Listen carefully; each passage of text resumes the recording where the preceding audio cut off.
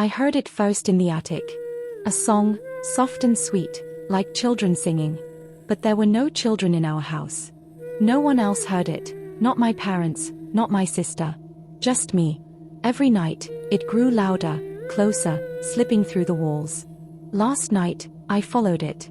The stairs groaned under my feet, and the air turned cold, like stepping into a grave. At the top, the attic door was open, just a crack. The singing stopped, and something whispered my name. Evelyn. I'm not alone up there. And whatever's singing, it wants me to join.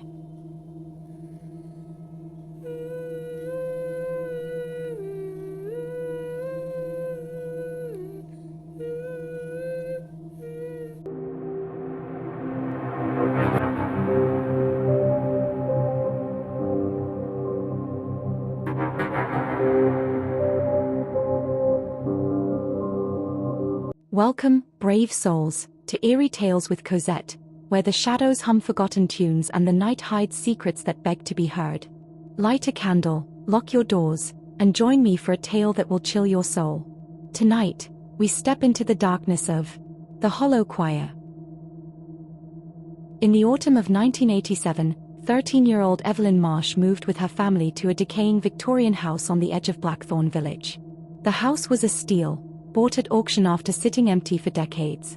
The villagers whispered about it, calling it cursed, but Evelyn's parents, strapped for cash after a bad business deal, brushed it off as superstition. Evelyn wasn't so sure. The house felt wrong, too quiet, too cold, with shadows that seemed to shift when no one was looking. The first night, Evelyn lay awake in her room, the air thick with the smell of old wood and dust.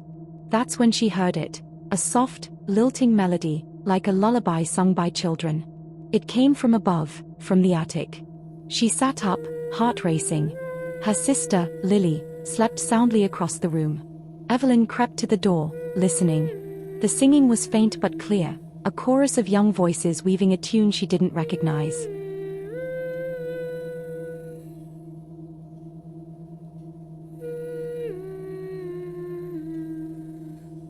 She told her parents the next morning, but they heard nothing.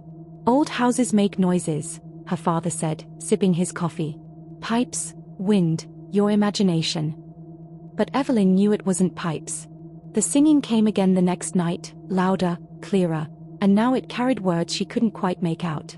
It wasn't English, it sounded older, like a language half forgotten. By the third night, curiosity overpowered her fear. She tiptoed up the narrow attic stairs, her flashlight beam trembling. The door at the top was heavy oak, carved with strange, swirling patterns that made her dizzy to look at.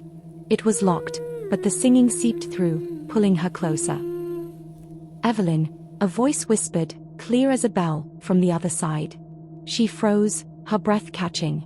The voice wasn't human, it was too perfect, too hollow, like wind through a bone flute. She ran back to her room, heart pounding, and didn't sleep. The next day, Evelyn went to the village library, a cramped building stuffed with yellowed books. She found a local history book, its pages brittle.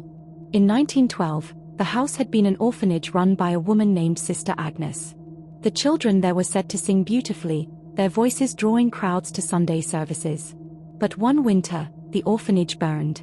Most of the children escaped, but 7 didn't. Their bodies were never found, and Sister Agnes disappeared. The villagers believed the house was haunted by the lost children, their songs echoing through the years. Evelyn's stomach churned. She hadn't imagined the singing, it was them. That night, she stayed in her room, but the voices found her. They weren't in the attic anymore, they were in the walls, under the floor, in the air. Evelyn, sing with us. They whispered, their voices weaving into a melody that made her head ache. She clapped her hands over her ears, but the sound was inside her, burrowing into her thoughts. She tried to tell Lily, but her sister laughed it off. You're just freaking yourself out, Lily said, rolling her eyes. But Evelyn noticed something. Lily hummed a tune under her breath, the same eerie melody from the attic. When Evelyn asked about it, Lily frowned, confused. I'm not humming anything. Desperate, Evelyn broke into the attic the next night, using a hairpin to pick the lock. The air inside was freezing, the floor covered in ash that hadn't been cleaned in decades. In the center stood a cracked mirror, its frame carved with the same swirling patterns as the door. The singing was deafening now, coming from everywhere and nowhere.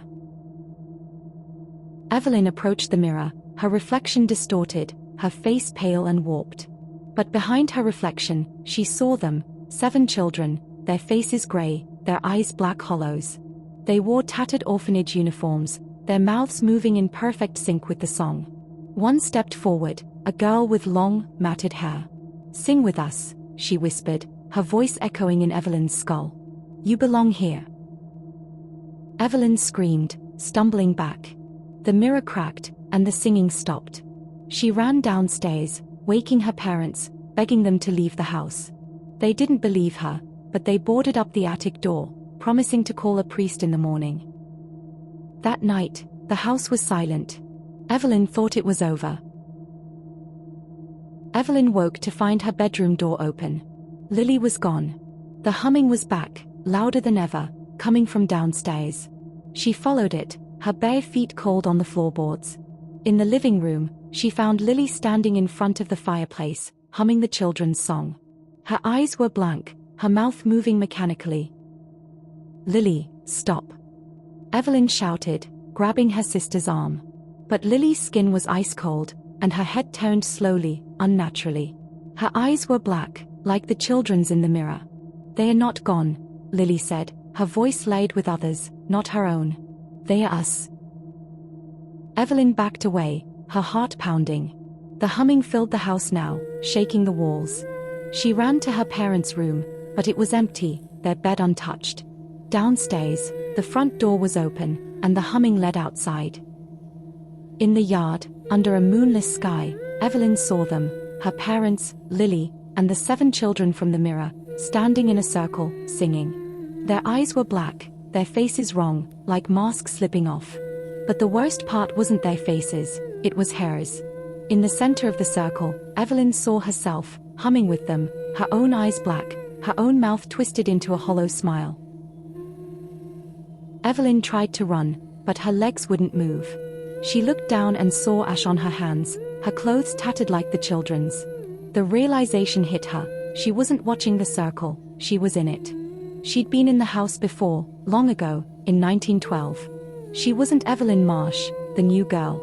She was one of the 7, trapped in the fire, bound to the house, luring others to join the choir. The next morning, the house was silent. The Marsh family was gone, their tar still in the driveway. The villagers never spoke of it, but they avoided the house. And at night, if you stood outside, you could hear it, a soft, childlike song, calling for someone new to sing along. And so, dear listeners, beware the songs that call in the night. Some melodies are traps, and some voices never truly fade. Thank you for joining me on Eerie Tales with Cosette. Until next time, listen carefully, and keep the shadows at bay.